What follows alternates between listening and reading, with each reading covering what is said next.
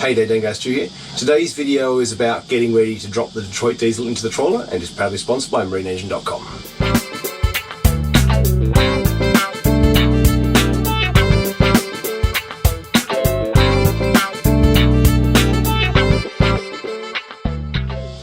Now, before you get overexcited, we don't actually drop the engine in this video. Definitely next video though. It's literally happening in a couple of hours, fingers crossed. But this is all about just getting everything ready to the point where we're good to go. Before we get going with that though, I just wanted to show you some footage I took of modifying Red Dwarf, my little inflatable, to make it easier to lift it up using the deck crane.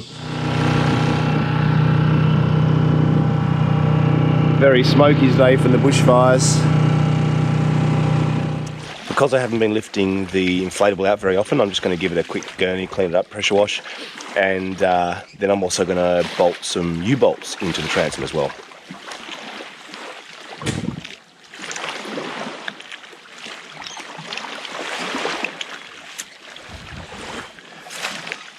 Oh, it stands there if you want to use it. Oh yeah, cool.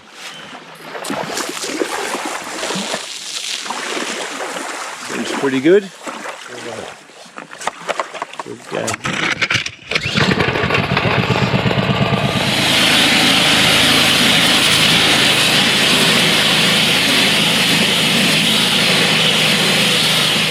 Just been deliberating where to put this U-bolt. I think about here is good. I want a bit of meat above it because that's obviously the timber that's taking the weight, but I don't want it so low that the bolts are too close to the waterline, so I'm thinking about here's the go.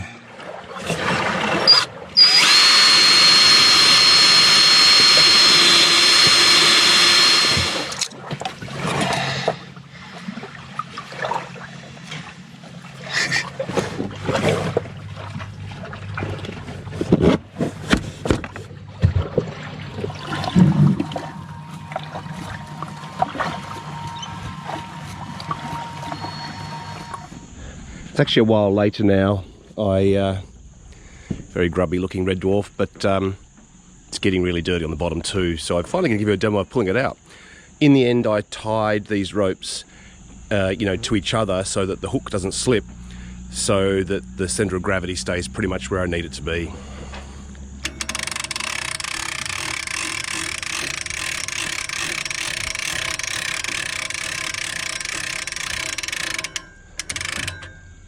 That'll do. There we go. Much better than it was before. Because I'm coming off these lifting eyes, I mean, to be honest with you, it needs a bit more air. It's actually gone a bit flat because it's very cool today, which is nice, but you get huge variations in pressure from the temperature. But sits really nicely now. So thank you for the tip about putting those U-bolts in the transom. It's made a huge difference. It just lifts so much better now.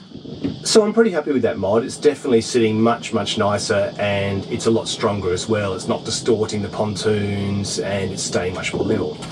You'll see further on this video, once again, it's at this incredibly jaunty angle, and that's because I put a new fuel tank in the inflatable. I was sick of using the internal tank, so definitely takes some tweaking. It's quite a fine line. As soon as you change the weight in the boat, it doesn't sit so nicely, but at least it is adjustable by a few ropes now. Alright, now before I could jump back on the trawler and get going there, Vicky was trying to install a sharpener onto her chainsaw, and the pin was too big, so I quickly just threw that in the lathe and turned it down a little bit. Okay, of course the more deck work you do, the more you find, always. What I actually did sometime during last deck work video is I did a little bit of pad welding against one of the bulwarks where, you know, it was getting a little bit thin. I'll show you that. So here it is, a little bit ugly, more than I thought it was going to be. It sort of grows as you go, but really hard to get, you know, and weld around here, and even harder to grind it smooth and prep it and all that kind of stuff. Also this morning I've noticed that the base of the filler pipe here is quite rusty as well, so really the obvious choice, cut it off, cut at the bulwark, get it away, repair this properly, put this back in, weld it up again, happy days. So that's the plan for today. Generator's all fixed and running again well now. Interesting, the compressors are 160 and the generators are 390. The oil in this for all those of you that are worried, is still exactly the consistency you'd expect 10W30 to be, and the level wasn't up at all, so no fuel got into the oil. So I'm glad people mentioned, though, I should have, it definitely can happen. You know, engines make oil when fuel gets into the oil. Level rises, viscosity, you know, gets thinner. But excellent point to check that if you do have this problem with the sticking float.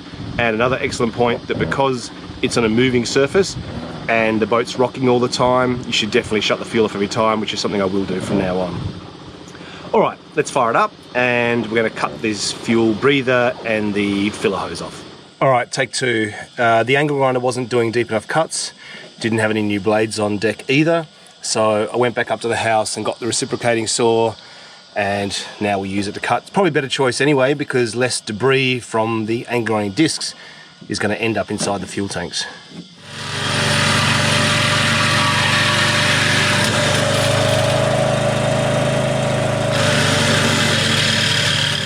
Okay, cut away from the bulkhead, cut off the deck. I'm also going to weld around the base here first, then we'll weld the pipe back on and cut this daggy bit off just to make it look nice again. Just cut it back to here, paint it.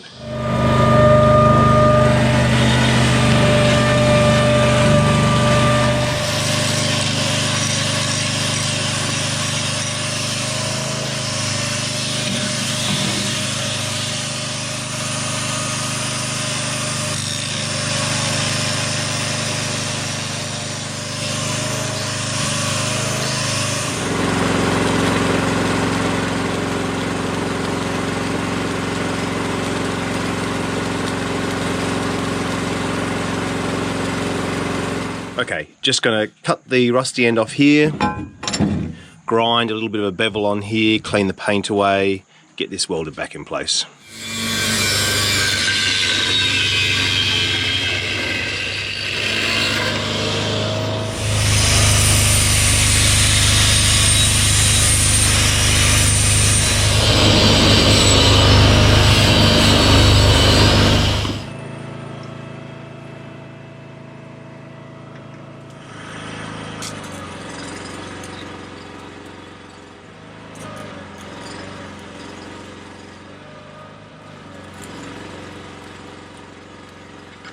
Getting around the back of these pipes is tricky, but one of the things I do like about stick welding is if you gently bend them, you can bend them without cracking the outer flux, which helps me get round to the back of the pipe where it's actually quite tricky to weld. Probably about as tricky as it would have been to have welded the deck without cutting them off. Oh well, there you go. Anyway, here's my new welding rod. Wish me luck.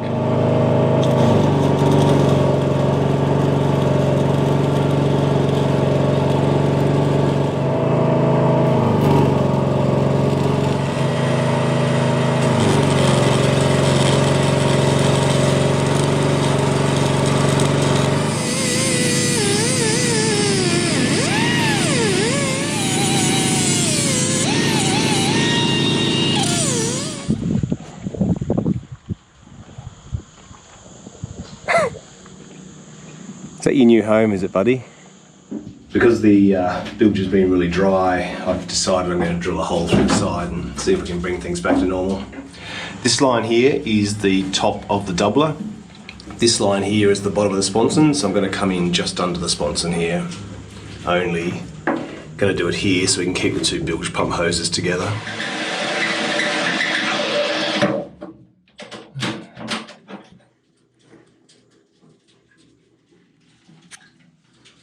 Alright, put our fitting in, get the second hose attached. Alright, here's the skin fitting I'm going to use. Same ones as my fittings below the waterline by True Design. So they're fibre reinforced plastic, very strong. All I'm going to do is take the nut and the washer off and then put a bit of Sikaflex around here.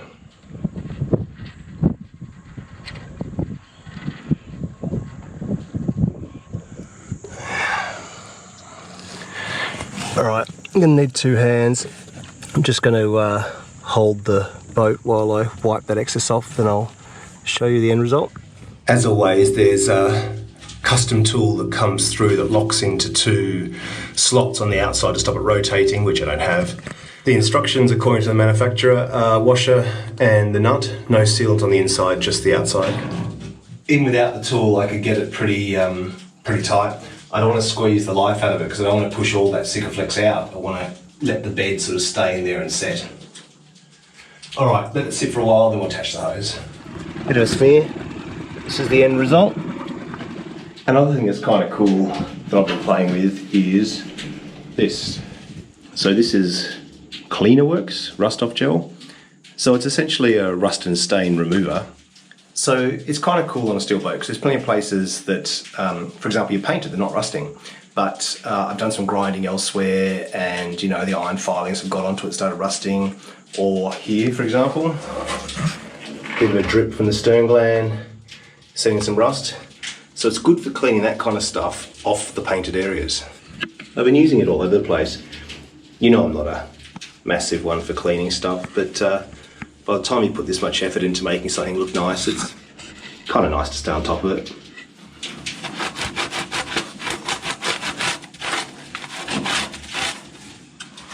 So if you own a steel boat and you're a little bit house proud about it, it kind of is worth having a jar around, I reckon. So here I've got this Lloyd's certified wet exhaust hose. This clamp's done up all the way, which I'm not super thrilled about, but it was a nice snug fit, so you know. I'm going to buy some smaller ones because I'm going to put one on my new skin fitting there, and I don't have one small enough anyway, so I may as well just get, you know, a handful of different sizes while I'm there. Interesting thing worth considering is this is the original cooling water out. Means you can't see the cooling water flow. It wasn't coming out the wet exhaust anyway, and I'm going to dry. So, do I keep it down there for priming purposes, or do I put it up high somewhere so I can see the cooling water coming out? Interesting question. I'm erring on the side of leaving it down there, using the clear lid on the sea strainer as an indication of flow, and obviously the temperature gauge, you know. We'll see.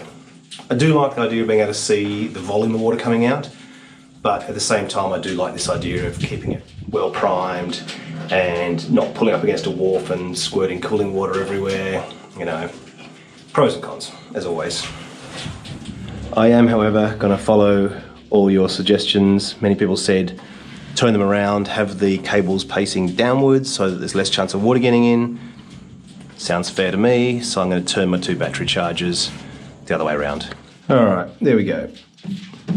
Actually, I might replace these with the nice labels up above here like the other stuff's done now, just so I can remember which one's house battery and which one's starting. That'll look nice. All right, better. I think it looks a bit neater too, as well as being more water resistant. Still got to get some screws, mount my junction box here. And of course my heat gun doesn't work from the generator, so I might wait until the engine's in and I can drive to shore. This is the positive for the starting battery. So what I'm going to do is actually take this terminal off and go to one of these. This can be our lead that goes off to the solar and the control panel in the laserette, all that kind of stuff. This can be our little wire for the charger here, and this can be our main wire going to the starter motor. All right, so this is where we're at now. Got our batteries turned round, got my new kind of multi-wire positive lead. I'll probably put a bit of, not so much heat shrink, but maybe some liquid electrical tape on that exposed bit of wire. Got the rest of the wire ready. Yes, the positive is live, but it's sticking through the hole so it can't flop around. I'll probably tape it up too. Got our cooling water in. Put these little Detroit diapers in. Yes, we call them nappies, but nappy doesn't rhyme with Detroit, so, you know. No, it's not rhyme. Alliteration. Got my 2 bilge pumps in, much happier with that now. Yes, when I was lying in bed last night, of course it occurred to me that I forgot to prime the edge of the steel when I cut. Very bad. Look, the Sikaflex will protect it from ocean water. I'm thinking what I'm going to try and do is cut a bit more of the insulation away. I've obviously done this one panel so I could put it on there, but this isn't attached yet, so it's a no-brainer to kind of get in there still. I'll try and spray like some zinc or something in there, just to help a little bit, but I was so kind of rushing and focusing on filming it that I forgot to do that. Not good. Saves you commenting at least now that you know I'm aware of it. Of course you will have the minute you saw it. You wouldn't have waited to the end, no. What do we need to do? So after that, I think pretty much good to go. All right, well, thanks for watching. I'm actually waiting for a call from the truck to maybe get the Detroit in this afternoon. So if it doesn't happen today, it'll happen soon. Although, you know, good news, bad news. It's actually supposed to rain a lot soon, which is awesome for the fires and everything. I'll do a little video soon talking about that. Thank you for all your well wishes and everything. Might be heading down to help out with those tomorrow, but the weather's definitely becoming more favourable, so that's great. Anyway, I will catch you next week when hopefully, you know, I say definitely, but it's never definite, we'll have the Detroit in the boat. All right, take care. See ya.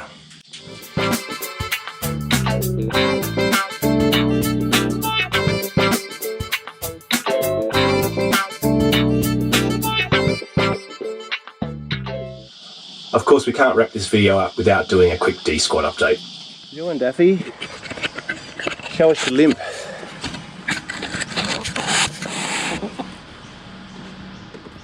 So we've been eating prawns. And I peel the backs off the prawns and see if I can try get her to eat them. It's hard. Oh no, it's not that hard. One more? Yeah, well, you took some convincing. Yes. Do you not like them? Is that what you're trying to tell me? Not your favourite? No? What about that one? You are such a gobble guts too. I'm gonna have some for the others. You've eaten them all.